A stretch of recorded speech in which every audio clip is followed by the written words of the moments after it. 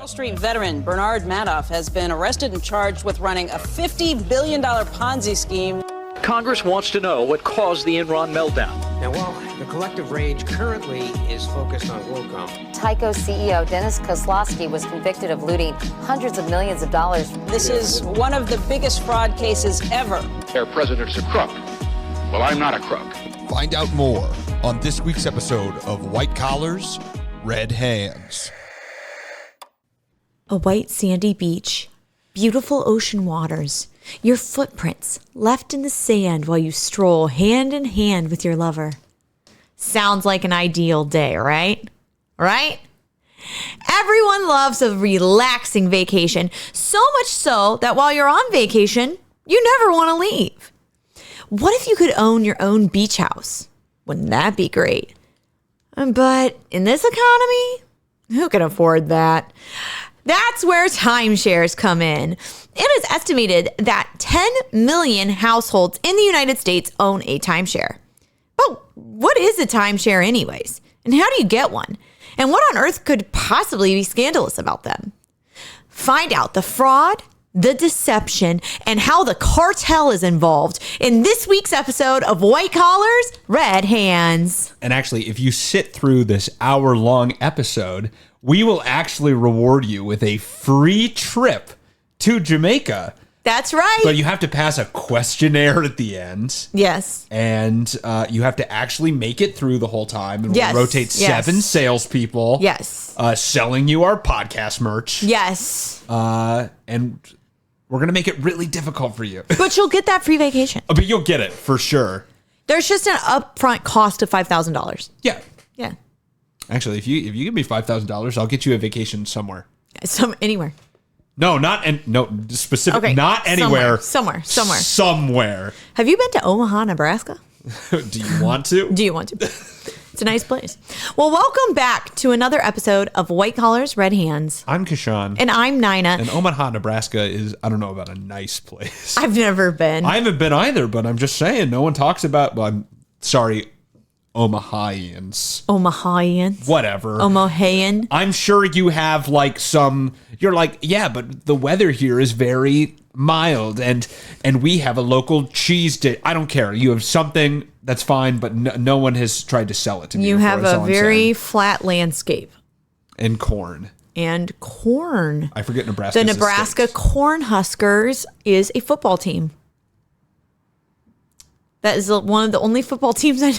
I'm about to say, you say that like you're like, there's 3, and that's one of them. There are 3 football teams in the United States, and the Nebraska Cornhuskers are one of them. You are correct. So if you want a timeshare in Omaha, listen to this episode. But what is a timeshare anyway? Do you know? You want me to pretend I don't I don't know. I just am curious if you know. Yeah, of course I know what a timeshare is. Well, if you're poor like me, you don't know anyone with a timeshare and you don't really even know what it is. Do rich people even have timeshares? I think rich people just pay for the vacations. I don't know. This is very middle. Timeshares are very middle class behavior. Okay, well, I'm not middle class. I'm poor. And my family never had a timeshare. So timeshares, they've been around for a while. They've been around since 1969. And according to a 2020 study by the American Resort Development Association, it has grown into a $10.5 billion industry, which is crazy. So a timeshare is a type of vacation property with a shared ownership model. So this means that when you buy into a timeshare, you share the cost of the property with other buyers. So you are investing into this timeshare. When you do that, you are guaranteed a certain amount of time at the property each year. Most of the time, timeshares are smaller units in a larger resort property. Yeah, so it's like, oh man, I want a new Maserati, but I can't afford it. I'll pay 1/10 of the price of the Maserati and I'll drive it 3 days a year. Mm-hmm. And take pictures and think I look cool. And then I'll never be able to not own this Maserati. Yeah, basically. Now, there are different ways of owning and buying into a timeshare. Sometimes you actually end up buying a portion of the property. This often depends on how much time you plan on using the property. And if it seems like this is a vacation spot that you and your family would like, this might be the ideal setup. This is called a deeded timeshare. Another way that you can get into a timeshare is to lease it without actually owning it. So this is a non-deeded timeshare. Now, non-deeded timeshares are usually cheaper. However, it's often harder to resell them / borderline impossible to get rid of them. Now, timeshares often come with different amounts of time that you can use them. There are fixed week timeshares, which is when you can go to the same property for the same dates each year. Floating, which is what gives you the ability to use the property at any time depending on its availability. Fractional, which gives you access to the property for larger amounts of time, about up to 3 months. And points, where you buy points. And this is where you can buy different amounts of time at different timeshares throughout the year. So if you want to go to Utah for skiing, you can buy these points to go get a timeshare there. If you want to go to Hawaii, you can buy points to get a week in Hawaii. That's how that works. Wow. Sounds great and very uncomplicated and very transparent. My non-deeded fractional timeshare was easy to acquire and easy to understand. And was worth the money. Much better than buying a hotel.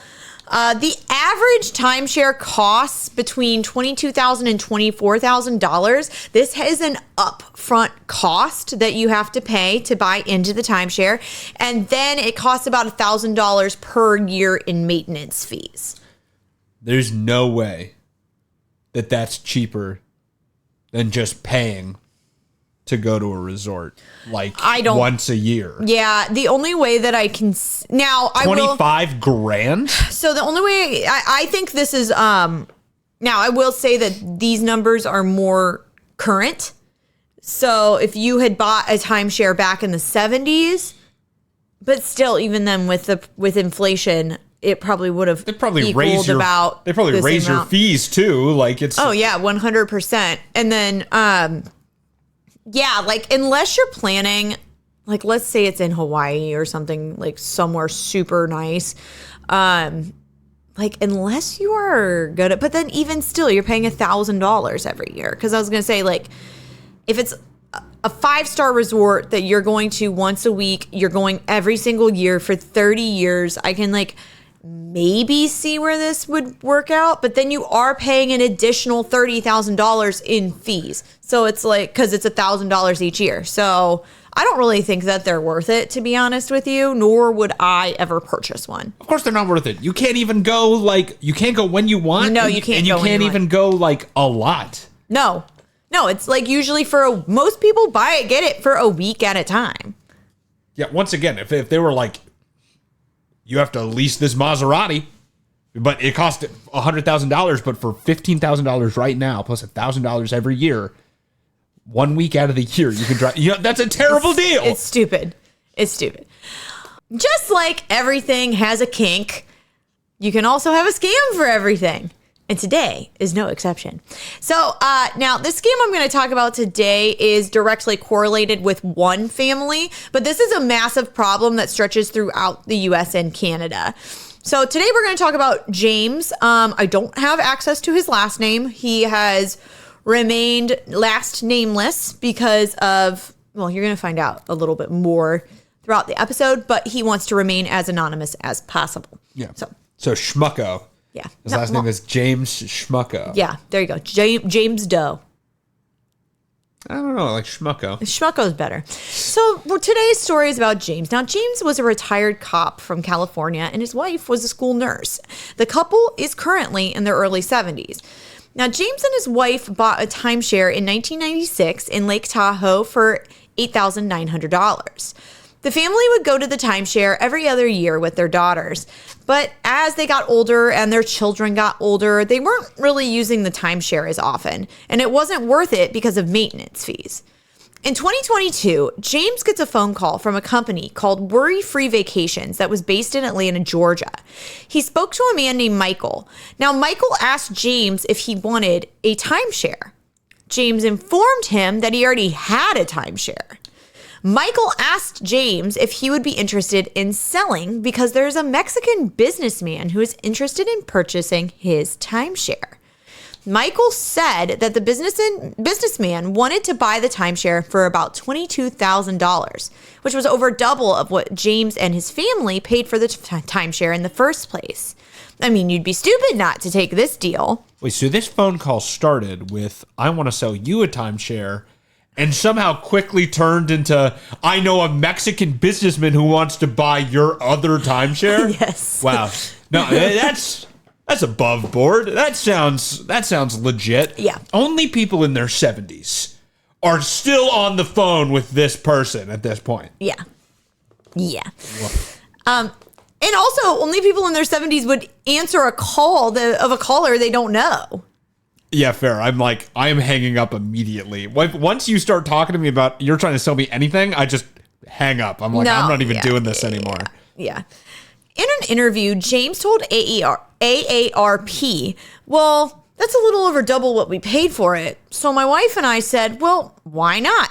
We'll give it a shot. He sent over the paperwork. We received email copies of a contract from an escrow company, actually out of New York City. Everything looked reasonable. So James agrees to sell the timeshare.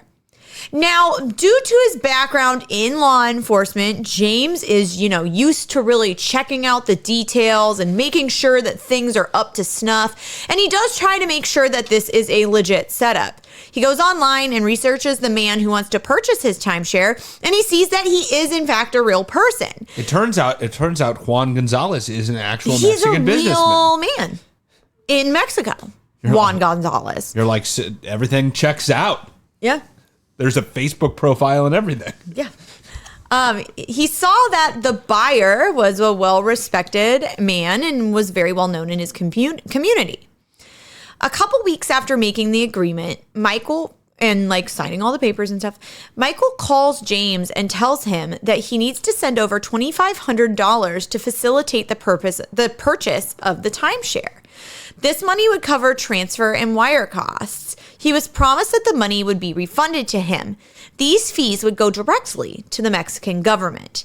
Now, I am starting to see a red flag. Why do I need to pay you to buy my thing? That's not how this works ever. But you know what? I guess that's why his last name's Schmucko, right? Yeah. So.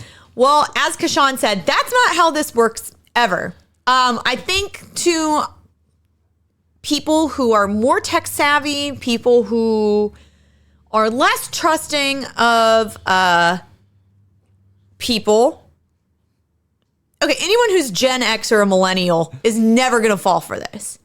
They probably, unless they grew up very sheltered, they're not going to fall for this. Gen X might. I wouldn't count. All right. Well, a millennial's not going to fall for this. Neither is a Gen Z person. Also, they aren't being able to afford timeshares. But hell no, man. I can't afford rent. So you want me to buy another property? A fucking timeshare. But people fell for this, are falling for this. And actually, in January of 2024, the FBI issued a warning to owners of timeshares to be on the lookout for scammers. And, I already started talking about this scam, but this scam that happened with James is a textbook timeshare scam. So what will normally happen is that the owner of the timeshare will get a call from a quote unquote sales representative from a timeshare resale company offering to sell or rent out their timeshare. The sales rep will use specific sales tactics to make it seem like the sale is urgent and that the owner needs to act quickly to sell their timeshare. Timeshare owners are told that they need to pay upfront. Timeshare owners are told that they need to pay an upfront fee when selling their timeshare because it covers advertising fees and closing costs. Once they pay those fees, it becomes harder and harder to contact the companies. You get commission on this sale. Why would I have to pay this? To pay you? You take it off the top and then you give me back the rest of the profits. This is not how it ever works. No. Now, not only do people get scammed by companies claiming to sell their timeshares, but they also, in turn, get scammed by fraudulent timeshare fraud recovery companies. The fraudulent fraud recovery company promises the seller that they'll get their money back, but not before paying an upfront fee for the services. So you are getting scammed back to back. So when you say the fraud recovery company, Yes. what is it that they're selling? So they're contacting the person who has sold their timeshare, and they're like, In the first fraud. So you're saying they go through this first fraud of selling their timeshare. yeah, so first they'll quote unquote sell their timeshare. They then realize, oh, I think I've been scammed because I keep giving these people money. I'm not getting any money in return. Then the timeshare fraud recovery company will be like, hey, did you get scammed by that timeshare resale play? Like by the company that said they were going to sell your timeshare? And they're like, yeah, I did get scammed by that company. We'll take those guys down for an easy upfront fee of $5,000. Yeah, and they're like, oh, well, we'll help you get your money back. And oh my God, thank you. Yeah, it just costs like $5,000 or however much they tell them it's going to take for them to get their money back. And then people fall for that again. Man, that's smart. Yeah. If you've have really you been smart. scammed by a Nigerian prince? Well, call me, the Nigerian Prince Catching Services. To catch a Nigerian prince predator, you call this guy for an upfront fee of $5,000. You'll have all the Nigerian princes in prison as you choose. Mm-hmm. That's exactly what it is. Send me a fax. And like a lot of these type of scams, they do target the elderly because they are a bit easier to get. And they're the ones with timeshares. And they're the ones like we've already mentioned. Yeah, they're the ones with timeshares. Now, when being asked to pay all these upfront fees, this didn't really cause any alarms with James because a lot of these fees are fees that you would also pay in the US when you're selling property. Doesn't make sense to me, but that's what I was reading. That's why he wasn't alarmed. So James wires the money to an account in Mexico. He gets confirmation that the money went through, but now he needs to pay an additional fee. Now, this pattern continues. He pays one fee, and then he's told that he owes another. Now, James's wife becomes suspicious of what's going on, but James assures her that everything is okay. He's being told that once the sale goes through, he will be reimbursed. So he's being told, like, every fee that you pay us, we will reimburse you. So he just keeps giving these people money. James was also sent documents of all the reimbursements that he has owed. And so they were sending him like legit documents. So he really thought that he was going to get paid back. But about a year later, James starts to ask questions. He is taking this is taking an extraordinary amount of time to sell one timeshare, and he wants his money. Yeah, a year? Yeah, we're a year into this. But the sale needs to happen very quickly. But it's got to happen now. But then a year later, we don't have our money, and I've actually paid you more money to sell my timeshare. That doesn't even make sense. So James starts asking for a partial release of the funds, but every time he asked, he was told it couldn't happen because there were complications and they couldn't give him his money. He was told that he could pay about $30,000 to reinvest that money that he's already paid into an environmentally conscious development in Mexico. So they're like, hey, we can't get you the money, but if you give us $30,000 more, we can actually reinvest this into a property. So just to keep track of who this Michael guy is, Yeah. right? He sells timeshares for a company in Georgia. But wait, you have one? Don't worry. I know a Mexican businessman who just happens to want to buy a timeshare. I actually have property development deals that you could invest in Mexico. Yeah, and and all the money that he was wire transferring it to Mexico. He wasn't. Well, that's where the businessman is. Right. I know. That makes perfect sense. Yeah. I mean, sounds legit. Now, this sounds like it is. So this environmentally conscious development in Mexico sounds like it is going to make him a huge return, and that this would be even more than he would make by just selling the timeshare. No, he fell for it? Oh, so now there's a whole new round of fees that need to be paid in order to make this investment happen. Oh, James, stop, please. James estimates that he made a few dozen payments to the company. And this whole time, James believed that he needed to make these payments in order to get his money back, trusting the whole time that his payments would become fruitful. James ended up sending around $900,000 to Mexico in a year and a half almost all of the money that he and his wife had saved for their retirement. This also included the sale of his childhood home and $150,000 that he borrowed from his daughter and son-in-law. To make matters worse, James's wife was diagnosed with cancer during all of this.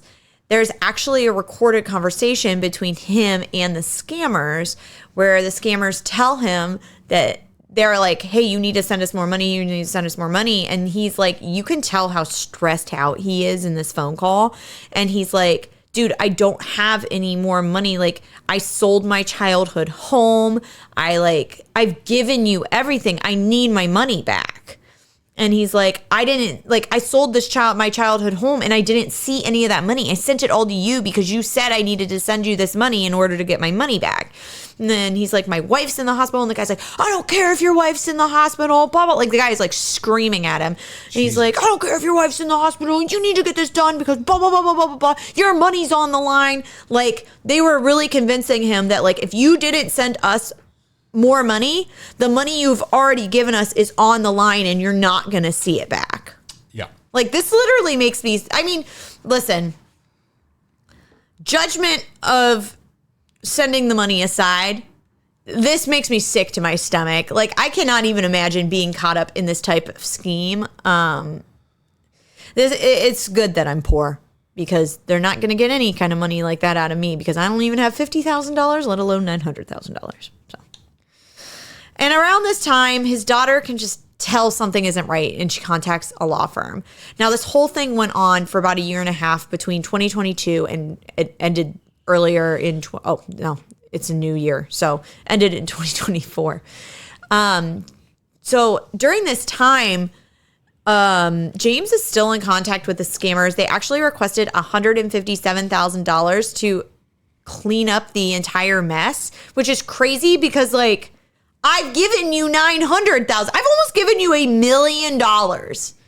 And now you're telling me that I need to send you $157,000 to clean up a mess that you created?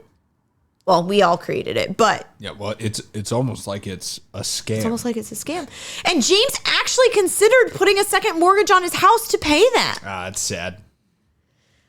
It's clear that he wanted to believe that it was all legitimate. Also, sunk cost fallacy at some point, right? It's like, well, I got to keep going. I've already put so much money into this instead of saying, like, wait, let me step back and evaluate this and just stop, like, and cut my losses. Yeah. It's hard for people. Well, but especially when you've given them all your money, like, Well, yeah, you really would have a hard time admitting that, like, I fucked up. Well, not all his money. You can still take that second mortgage, right? No. So he does contact a journalist, and the journalist asks James to record the calls with the scammers, which actually James had been doing the entire time. The journalist said that it was clear that the scammers had gotten to know James extremely well, so well that the rapport was very personal. They genuinely seemed like they cared about him and wanted him to trust them. And obviously he did, or he wouldn't have sent them all that money. They would then turn the conversation around to what James needed to do to get his money back. And the scammers had multiple people who were involved in this who would call James for his money. And like I said earlier with the guy who was like, your wife's in the hospital, like, we don't care, like, you need to blah, blah, blah, blah. Like, they would get really aggressive. And one of them even claimed to be working with the government and that and was saying that if James didn't pay these fees, that he would never get his money back. James contacted the reporter to help him figure out where his money was even going. And this is when they find out who James was actually talking to all along. So, who was scamming James this whole time? It was the Jalisco New Generation Cartel, one of the deadliest cartels in Mexico. All of James's money was going to the banks in Jalisco State in Mexico. So this scam, this whole timeshare scam that just the Jalisco New Generation was running, brought in about $300 million in the last 5 years. God. They're really in everything, huh? Everything. How come this wasn't an episode in Narcos? You know, just a bunch of people in like a calling station yelling at old white people, being like, "You got to give us your money," and they're like, "My wife's in the hospital." James, Fuck you! Give us the money. please send over $250,000 right now. So the potential for this to actually be more than $300 million is probably accurate, because most of these scams are not reported. The FBI estimates that only about the FBI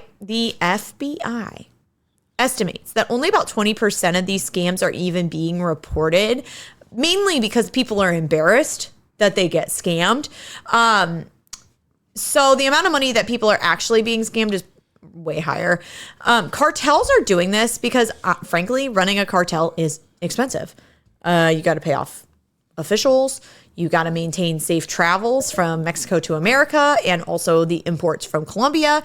And you have to keep money coming in. So cartels are diversifying their streams of income. I feel like the cartels aren't hurting for money. No, but you want to, but like, I think they're greedy and they want more money. Yeah. I mean, they're definitely not hurting for money. I'm just saying, But I here's the don't thing. think they did this just to like, oh, we got to cover our operational expenditures. Oh, no. Well, so I think like, here's the thing. You've got one shipment of drugs going to America.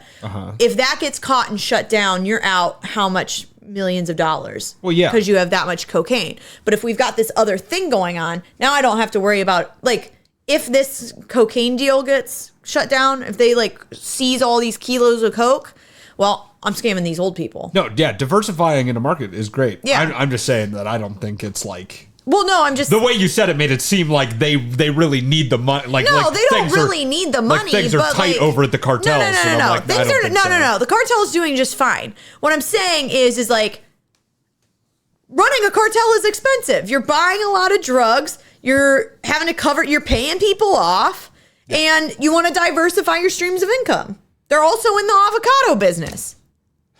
They've got their fingers everywhere. Why not in timeshares? The Jalisco new generation this isn't new for them to be involved with these timeshare scams. This actually started about 15 years ago. They were realizing that timeshare scams were very profitable, and there were timeshare scams all over the country, and they saw what a moneymaker it was, and they wanted in on it. And this scam is actually really easy to run because it's just people in a call center scamming old people. Yeah. It's not hard to run. They do it great in India. Yeah. So the cartel is probably like... Well, if they can do it over there, we can do it over here. We can do that. Yeah. We can scam people too. So the cartel took over these So the timeshare scams were already running. They already had like their own buildings, everything. But then the cartel was like, all right, well, we're just going to take them over. So they took them over very violently. When you are in Jalisco State, when you are in Mexico, you don't even know that these call centers are call centers. They look like any other store. But it is very dangerous to work there. I mean, being involved with cartel is dangerous no matter what. What? About 8 people have died in the last year in relation to working with the call centers that we know of. They find English speakers and they don't even really tell them exactly what they'll be doing for work. Most of the time they're led to believe that they're working for the hotel industry.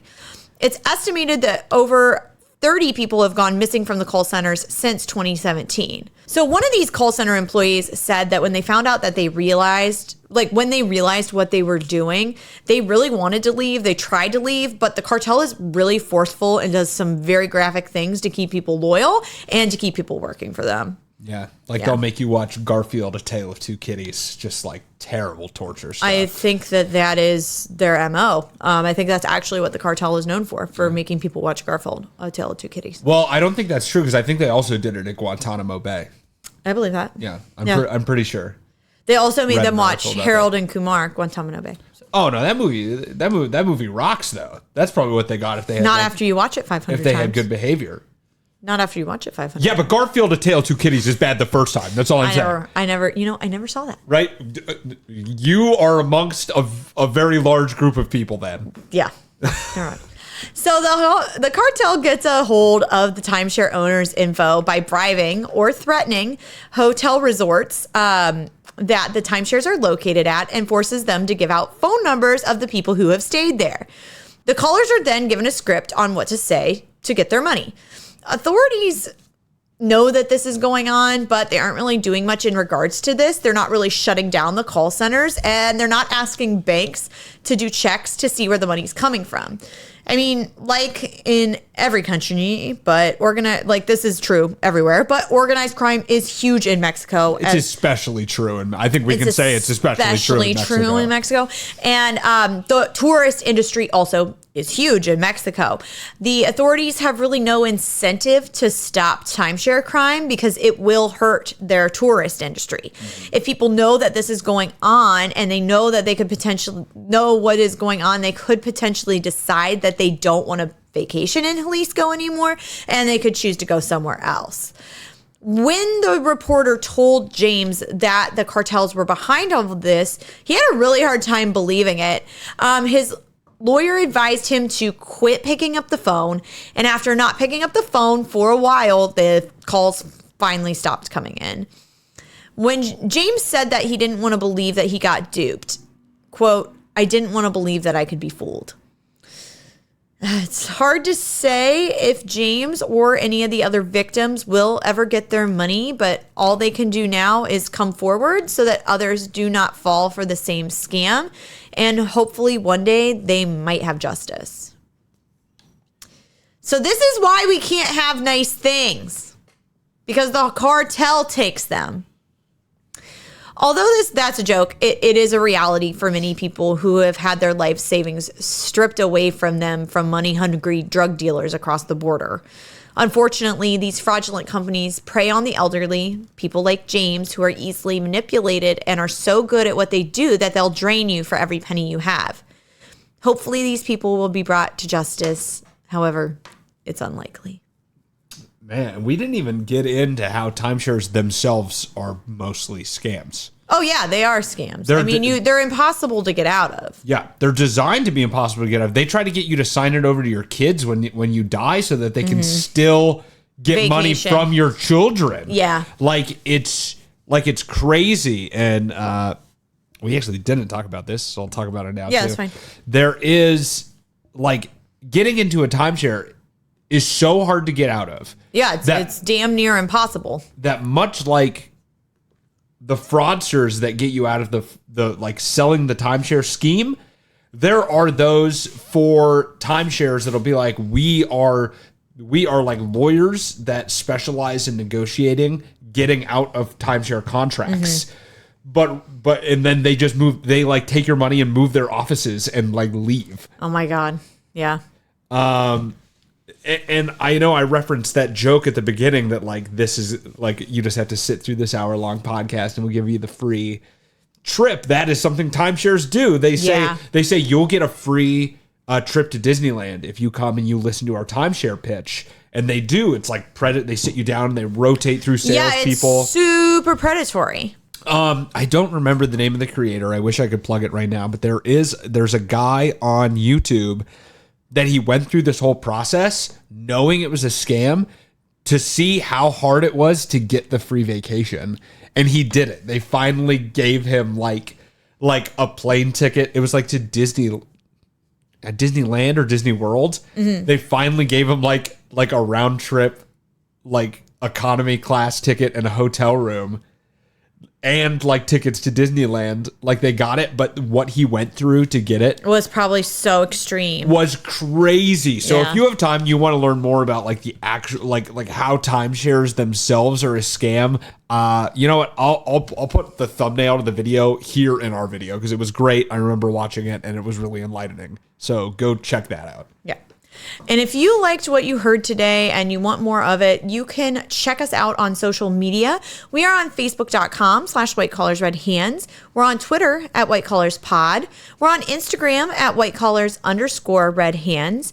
We are on TikTok at WhiteCollarsRedHands. And we are also on YouTube at White Collars Red Hands. If you want another free ways to support us, please leave us a review. We are on Apple Podcasts and Spotify. Both of those are places that you can leave reviews. We love a 5-star review, but an honest review we'll always take an honest review. If you want an unfree way to support us, please do so by purchasing some merch. Kashawn has his t-shirt on right now. You can go over to our website, whitecollarsredhands.com, click on that merch tab. It'll take you on over to TeePublic, and you can buy some of our merch. Another free way to support us is by telling a friend. Word of mouth is a great way to spread podcast news, and we'd love for you and your friends to, have a podcast club instead of a book club. You listen to the podcast and then you talk about it. What like a fucking Midwest ass thing for you to recommend? Like, I don't know. What the fuck? I've never even heard of it before, but I That's came up with because it's it. not a thing. That's such a weird thing We to can do. make it a thing. Oh, that's a book club, but with podcasts. I guess, but don't get me started. Okay. Kashawn was not allowed to join a book club and is clearly butthurt about it. I'm kidding. I was allowed to join. That's how I read all the 50 Shades of Grey books. Oh, hot. I'm joking. I haven't read those. I lost track of what I was saying. Oh, if you find or hear of a white collar crime story that you think we should cover, please send it our way. You can email it to us at whitecollarsredhands@gmail.com. We try to do a fan submitted episode every single season, and we would love to do yours next. And I think that's it. Sounds it. All right. Well, thank you so much for listening, and we'll see you on another episode of White Collars, Red Hands.